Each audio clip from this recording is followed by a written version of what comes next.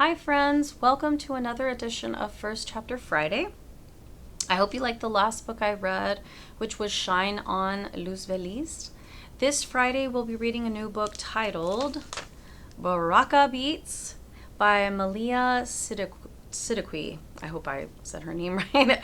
12-year-old Nimra Sharif has spent her whole life in Islamic school, but now it's time to go to real school.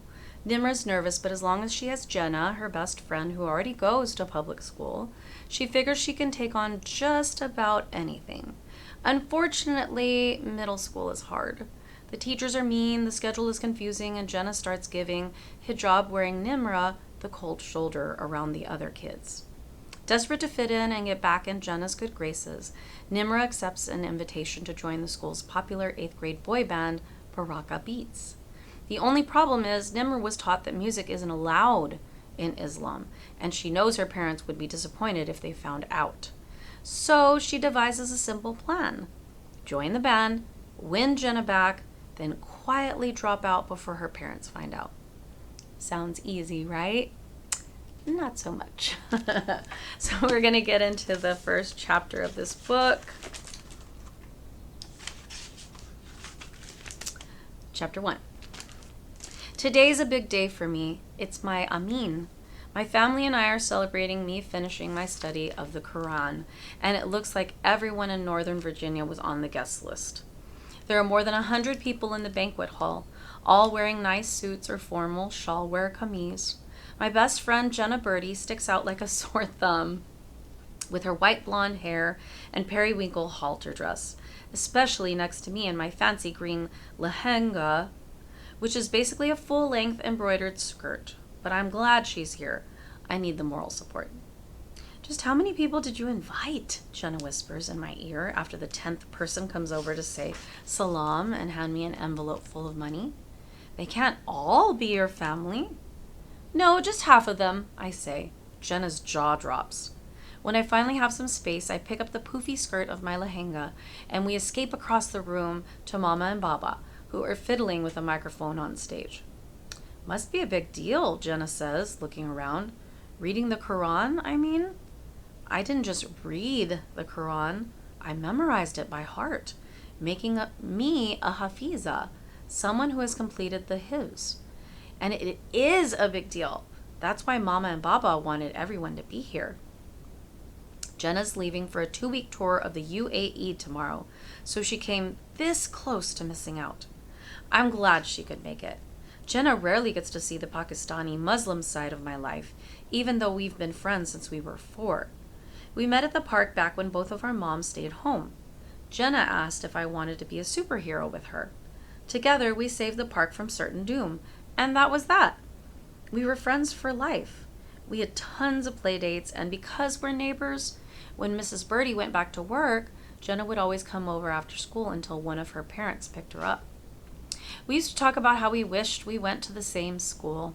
Jenna has gone to public school her whole life, and I was homeschooled until I was 8. But then my parents enrolled me in the Guided Light Academy's hifz program, a private Islamic school, and we stopped talking about it.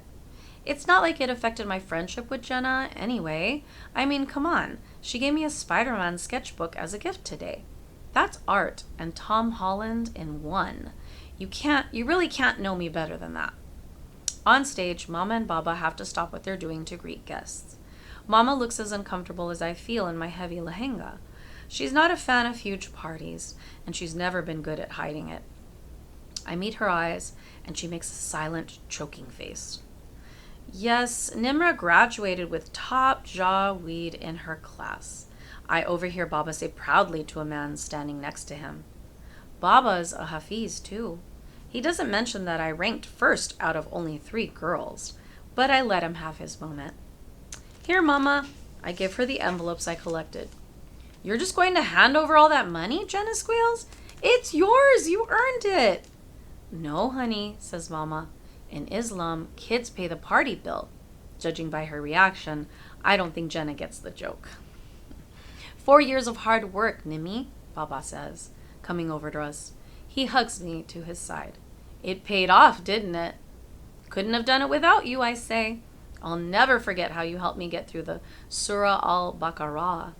It's the longest and hardest chapter of the Quran to memorize. I would have given up without Baba's help.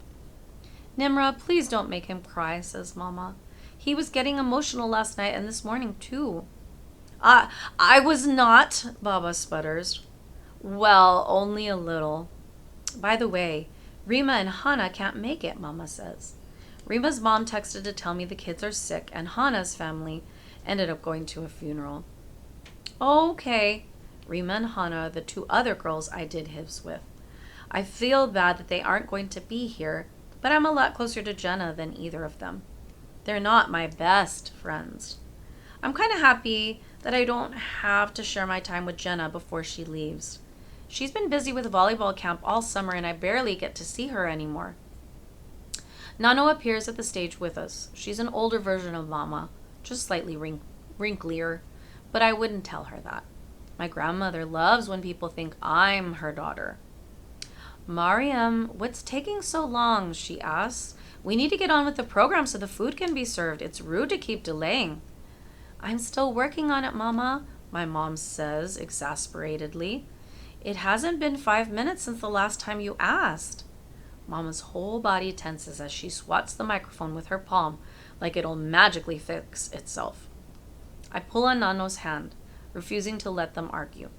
Can we take pictures now? Pele ye se karo, says Nano.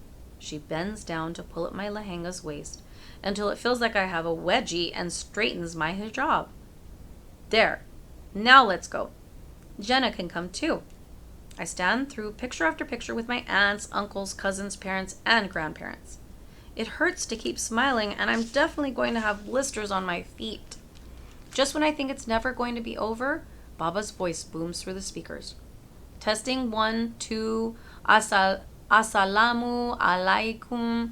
Thank you everyone for coming out today to celebrate our daughter's great accomplishment. If I can please have you all take a seat. Insha'Allah, Nimra is going to say a few words and recite Surah Yasin for us. You're going to do what? Jenna looks confused. I have to recite part of the Quran for our guests. It's tradition. Dread creeps over me. I'd rather take 100 more pictures than go up there in front of everyone. Wish me luck, I say.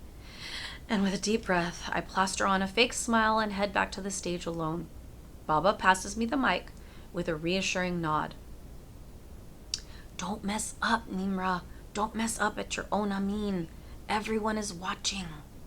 I squeezed my eyes closed, wrapped my hands tightly around the mic, and began reciting Surah Yasin. It holds all the essential lessons of the Quran. I picked it out myself. Slowly, the familiar Arabic words flow easier, and I'm brave enough to open my eyes again. As I stare out at the restaurant filled with people who have come out to support me, I feel something flutter inside my chest. This book brings all Muslims together, and now I've got it word for word inside my head. I never thought about how cool that is. Everyone claps when I'm done. I totally hear Baba sniffling behind me, and I know I nailed it when I spot Sister Sadia, my hifz teacher, looking up at me on stage with shining eyes. I search the room for Jenna, eager to see what she thinks, and spot her sitting at a corner table by herself, looking down at her phone in her lap. She wasn't even watching. My stomach sinks, but I try not to let it hurt. Jenna's not Muslim, so I get why she's not that interested. My parents have always pushed me to make more Muslim friends. Not because they're better or anything, just, principle. But what's the point in making other friends when I have Jenna? At least she's still here. So what if she doesn't get my faith? I don't understand why she likes sports, and they're a huge part of her life. Now that the reading is over, the guests run toward the buffet like their chairs are on fire. It's their fault they're so hungry. Most of them showed up 1 whole hour after the time on the invitation. I'll make you a plate, Mama offers with her hands on my shoulders. First, I want to help you cut the cake, I say.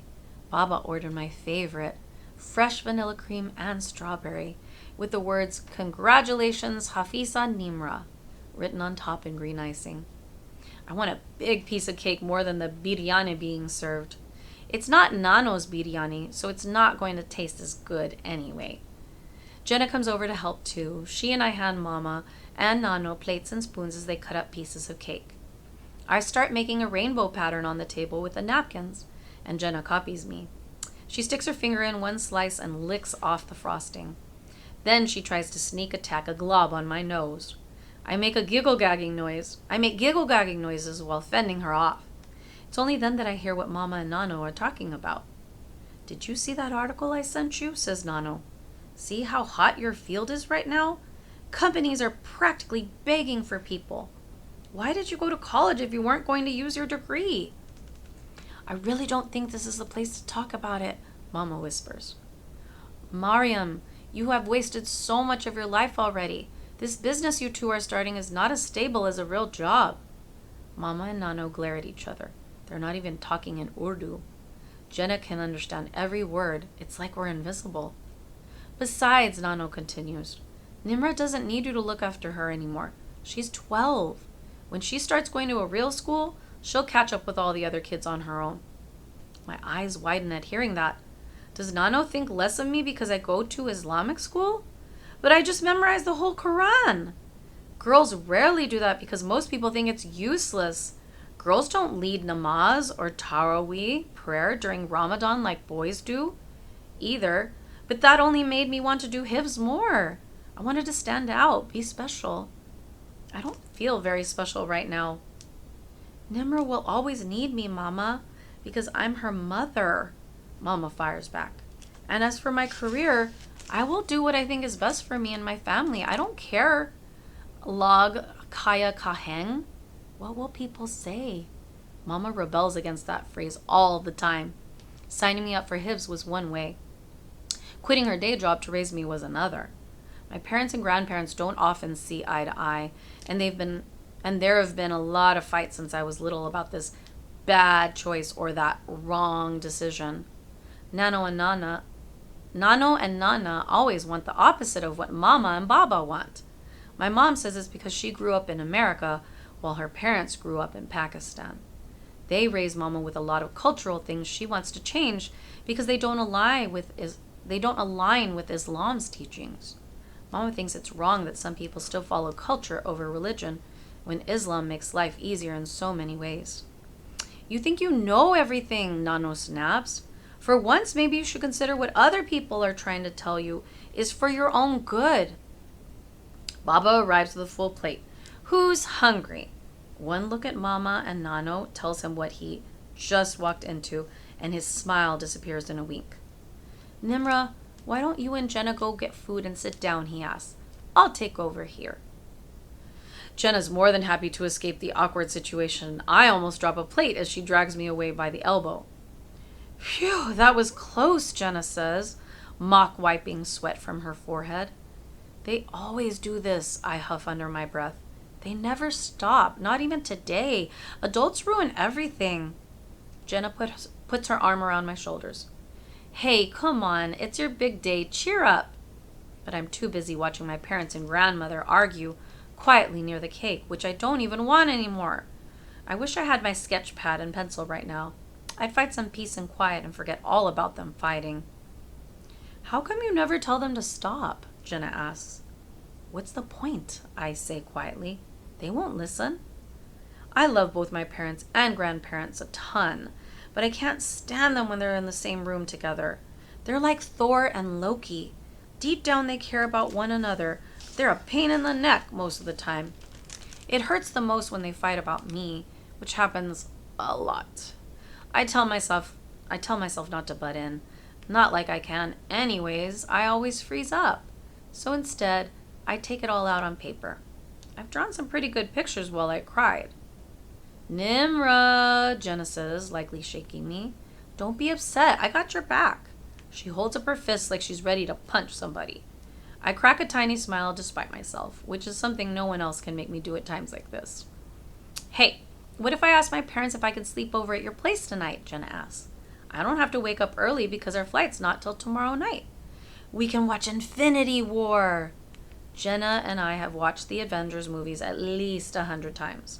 They never get old as my family's craziness. They never get as old as my family's craziness. Jenna pokes my face in a teasing gesture. I know you can't say no to Tom Holland. She's right, I can't. I sigh, finally grinning wider. Yeah, I'd like that. Duh, you would. Now come on, I'm starving. Race you to the buffet. Jenna laughs like an evil villain and takes off before I can even lift up my lehenga. I gather up my skirts and chase after her. That is the first chapter of Barakah Beats. If you liked the beginning of this book, come on in and check it out. See you next time.